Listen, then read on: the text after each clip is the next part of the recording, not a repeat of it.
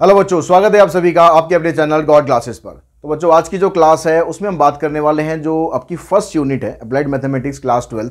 अगर आप CBSE board exam की प्रिपरेशन करेंगे या अपने प्री बोर्ड एग्जाम की प्रिपरेशन करेंगे तो बहुत से बच्चों का डिमांड आ रहा था सर कि कुछ इंपॉर्टेंट एक्सरसाइज या इंपॉर्टेंट क्वेश्चंस या टाइप ऑफ क्वेश्चंस इस तरह का कुछ चैप्टर वाइज आप बता देंगे तो ज़्यादा बेटर रहेगा। तो आप किसी चीज़ को ध्यान में रखते हुए मैं कोशिश कर रहा हूँ कि अब एक ऐसी कुछ 4-5 वीडियोज़ लाने की जिसमें हर एक चैप्टर के बारे में आपको बताऊँगा, हर एक यूनिट के बारे में आपको बताऊँगा कि कौन सी एक्सरसाइज आपको करनी है, कौन से टॉपिक्स आपको करने हैं, उसमें से क्या चीज़ें ऐसी हैं जिन पर आपको ज़्यादा ध्यान देने की ज़रूरत है, क्या चीज़ें ऐसी हैं जिनको आप स्किप कर सकते हो। ये सारी चीज़ों के बारे में बात करेंगे। तो आज की इस सीरीज़ में हम बात करने वाले हैं जो फर्स्ट टॉपिक है हमारा कैलकुलस के बारे में मैं ऑलरेडी आपको बता चुका हूँ। तो फर्स्ट टॉपिक है हमारा number quantification and numerical application, और इसके अंदर सेकंड चैप्टर न्यूमेरिकल इनइक्वालिटी उसको भी हम ऐड कर देते हैं क्योंकि पूरा हमारे पास एक वो बन जाएगा, यूनिट पूरी एक बन जाएगी। तो उसके बारे में आज हम बात करते हैं। अब उसके बारे में बात करने से पहले थोड़ा सा मैं आपको सैम्पल पेपर के बारे में दिखा दूं कि इस साल का जो सैम्पल पेपर सीबीएसई ने इशू किया है उसके अंदर किस टाइप की क्वेश्चंस हैं।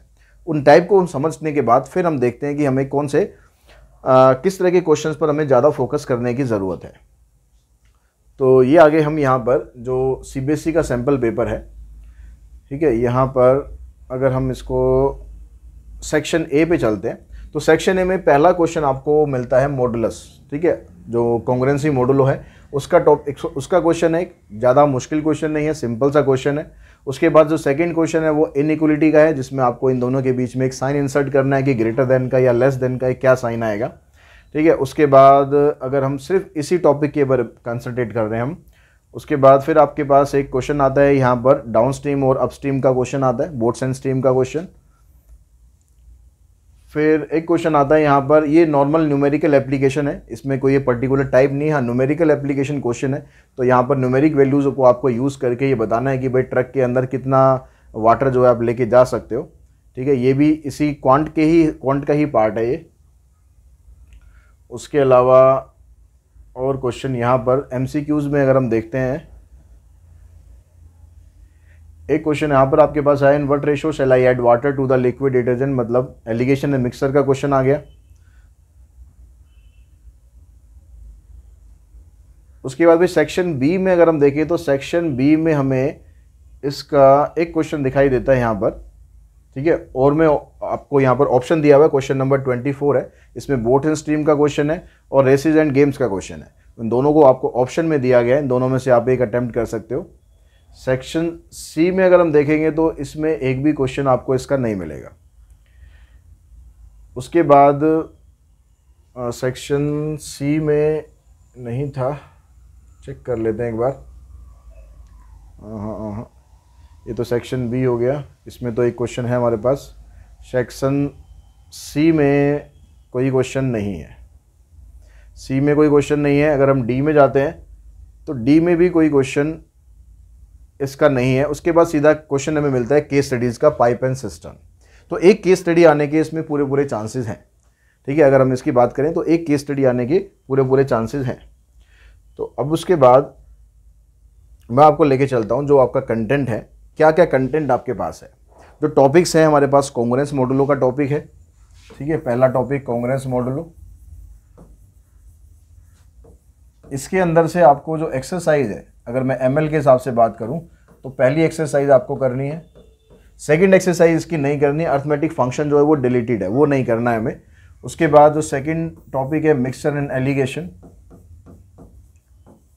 मिक्सचर एंड एलिगेशन, इसकी जो एक्सरसाइज आपको मिलेगी ये एक्सरसाइज है हमारे पास 1.3।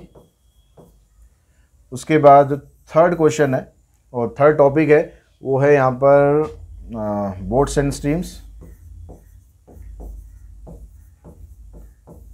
बोट्स एंड स्ट्रीम्स, यही टॉपिक दे रखा है। इसके बाद आई थिंक इसकी एक्सरसाइज 1.4 होनी चाहिए, 1.4।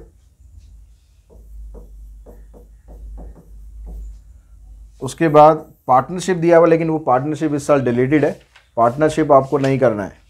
उसके बाद हम सीधे चलेंगे पाइप एंड सिस्टम पर, pipe and system.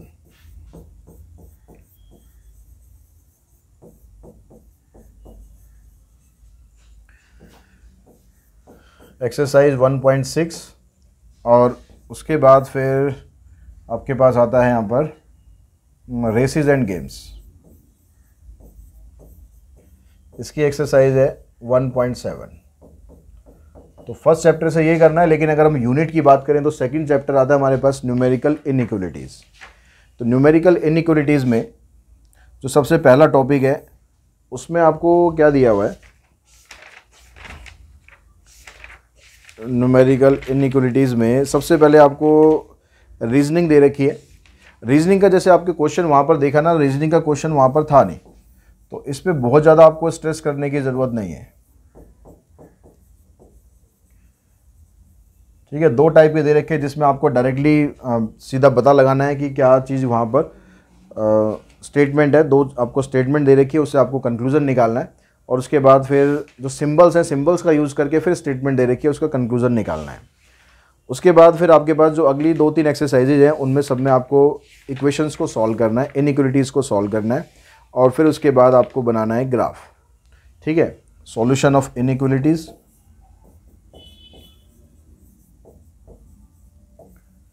Solution of inequalities, और उसके बाद है ग्राफिकल सॉल्यूशन।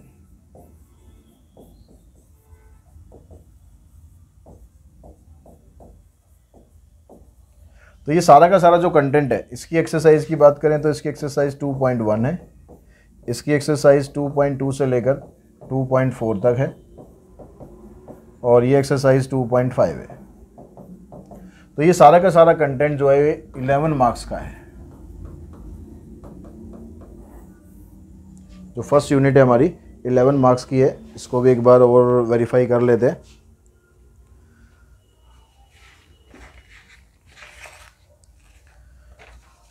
जी, फर्स्ट यूनिट 11 मार्क्स की है। अब मॉडुलो अर्थमेटिक के अंदर आपको देखो किस तरह के क्वेश्चंस करने हैं। अगर हम सिलेबस को ध्यान में रखते हुए चलें तो ये यहाँ पर कहता है कि भाई define modulus of an integer, apply arithmetic operations using modular arithmetic rules, introduction to modulo operator, modulo addition and subtraction.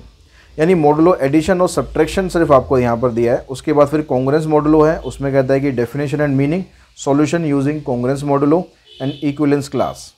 तो यहाँ पर जो आपकी एक्सरसाइज 1.1 है उसमें ये ऑलमोस्ट सारा कुछ कवर हो जाता है। तो एक्सरसाइज 1.1 को पूरा का पूरा करना है, कुछ भी उसमें स्किप करने की ज़रूरत नहीं है, अच्छे तरीके से करना, किसी भी तरह का क्वेश्चन उसमें से आ सकता है। ठीक है, उसके बाद जब एलिगेशन मिक्सचर में आता है तो कहता है meaning and application of rule of alligation and mean price of a mixture. तो यहाँ पर क्वेश्चन आपको ज़्यादा ट्रिकी आने के चांसेस नहीं है।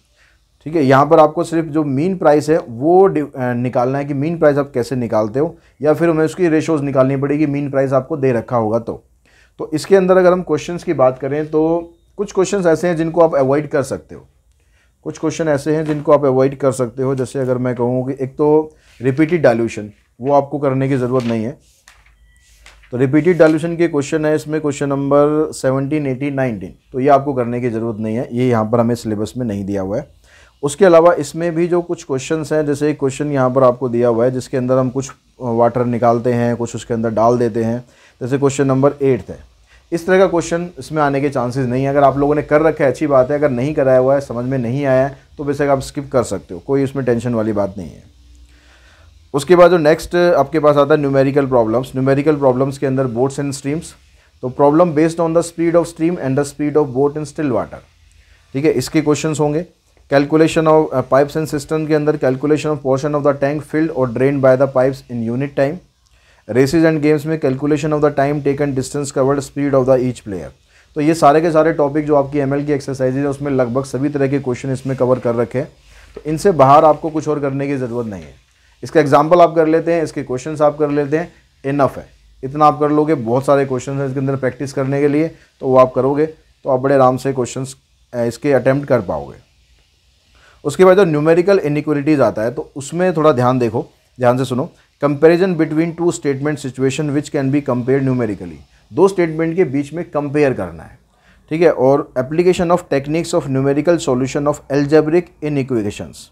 तो यहाँ पर ग्राफिकल सॉल्यूशन का कहीं पर नामो निशान नहीं है, तो मुझे लगता नहीं कि ग्राफिकल सॉल्यूशन इसमें आएगा, न्यूमेरिकल इनइक्वलिटी का ग्राफिकल सॉल्यूशन आएगा, ऐसा मुझे नहीं लगता है। ठीक है, लेकिन आप फॉर द सेफ हैंड, क्योंकि वो एलपीबी में भी हमें यूज़ करना है, तो एलपीपी में भी हमें ग्राफ बनाने हैं, उसी तरीके से ग्राफ बनाते हैं। तो आप 1-2 क्वेश्चन प्रैक्टिस कर लेंगे, उससे ज़्यादा इसमें करने की ज़रूरत नहीं है। और उसके अलावा कुछ क्वेश्चन इसमें आपको एपी जीपी वाले क्वेश्चन दे रखे हैं, उनको भी करने की ज़रूरत नहीं है। इसमें सेकंड चैप्टर पे अगर हम जाते हैं तो एक्सरसाइज में जो आपको 2.3 एक्सरसाइज दे रखी है, सॉरी 2.2, 2.1 में भी ऐसा कुछ नहीं है जो आपको ज़्यादा उस पर आपको ध्यान देने की ज़रूरत है। एक एक क्वेश्चन मेरे ख्याल दोनों का आप कर लोगे, इनफ है, ठीक है, इससे ज़्यादा करने की ज़रूरत नहीं है। अगर हम 2.1 पे जाते हैं तो उसमें आपको लास्ट में कुछ क्वेश्चन दे रखे हैं जिसमें एपी और जीपी से एएम और जीएम से रिलेटेड क्वेश्चन है, क्वेश्चन नंबर 8 और क्वेश्चन नंबर 9, इनको आप स्किप कर सकते हो।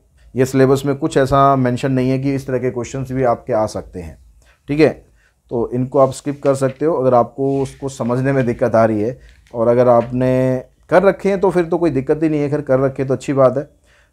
उसके अलावा क्वेश्चन नंबर 8 आपको मिलता है एक्सरसाइज 2.3 में। ये कोर मैथ्स में क्वेश्चन आता है इस तरीके का, आपके उसमें आने के कोई चांसेस नहीं है, तो आप इसको भी स्किप कर सकते हो, ठीक है। तो ये हमारे पास यूनिट 1 के टॉपिक थे जो मैंने आपको बताया कि क्या क्या आप इसमें स्किप कर सकते हो और क्या क्या आप ऐसा है जो आपको करना मैंडेटरी है। तो फर्स्ट चैप्टर में ज़्यादा कुछ ऐसा नहीं है जिसको आप छोड़ सको। मिक्सचर एंड इंटीग्रेशन में जो मैंने बता दिया आपको क्या स्किप कर सकते हो, बाकी की एक्सरसाइज आपको कर लेनी चाहिए, अच्छे तरीके से कर लेनी चाहिए, क्योंकि मोस्ट ऑफ द पोर्शन जैसा कि आपने सैम्पल पेपर में भी देखा, एक क्वेश्चन आया हुआ था न्यूमेरिकल इनइक्वालिटीज़ का और बाकी के 10 मार्क्स के क्वेश्चन जो थे वो इससे फर्स्ट चैप्टर से थे। तो यानी इसके ऊपर आपको बहुत ज़्यादा ध्यान देने की ज़रूरत है, बहुत ज़्यादा इस पर प्रैक्टिस करने की ज़रूरत है ताकि ये 10 मार्क्स आपके कहीं ना जाए। ज़रूरी नहीं है कि जो फाइनल एग्जाम होगा उसमें भी 10 और 1 की रेशो होगी, हो सकता है कि 9-2 की रेशो हो जाए, हो सकता है 8-3 की रेशो हो जाए। तो उसके लिए भी आपको जितना न्यूमेरिकल इनइक्वालिटी से करना मैंडेटरी है वो मैंने आपको बता दिया, उतना आप ज़रूर कर लेंगे। तो आपकी जो फर्स्ट यूनिट है जिसके अंदर चैप्टर 1 और चैप्टर 2 आएगा, उसकी आप प्रिपरेशन बहुत अच्छे से कर पाएंगे और बहुत अच्छा स्कोर उसमें कर पाएंगे, ठीक है। तो आई थिंक इस वीडियो के बाद आपको फर्स्ट चैप्टर से रिलेटेड कोई ऐसा डाउट होगा नहीं। फिर भी किसी का कोई डाउट होता है तो कमेंट बॉक्स में हमें कमेंट करके बता सकते हैं। हाँ, जो मैंने बताया है उसके ऊपर कमेंट करने की ज़रूरत नहीं है। जो मैंने कहा है कि यहाँ पर स्किप कर सकते हो तो आप डेफिनेटली स्किप कर सकते हो, ठीक है। तो वो आपके एग्ज़ाम में नहीं आने वाला, जहाँ तक मेरा एक्सपीरियंस है और जहाँ तक मेरी सोच है, तो वो आपके एग्ज़ाम में नहीं आने वाला। बाकी आने का तो कुछ होता नहीं है कि भाई कुछ भी आ जाए और कुछ भी ना आ जाए, जब पेपर सेट करने वाले होते हैं, बाकी तो उनके ऊपर डिपेंड करता है कि क्या। लेकिन हम एक्सपीरियंस से थोड़ा सा आइडिया लगा सकते हैं कि किस तरह के क्वेश्चन उसमें आ सकते हैं और किस तरह के क्वेश्चन उसमें नहीं आ सकते। तो आज के इस वीडियो में इतना ही। Thanks to all of you.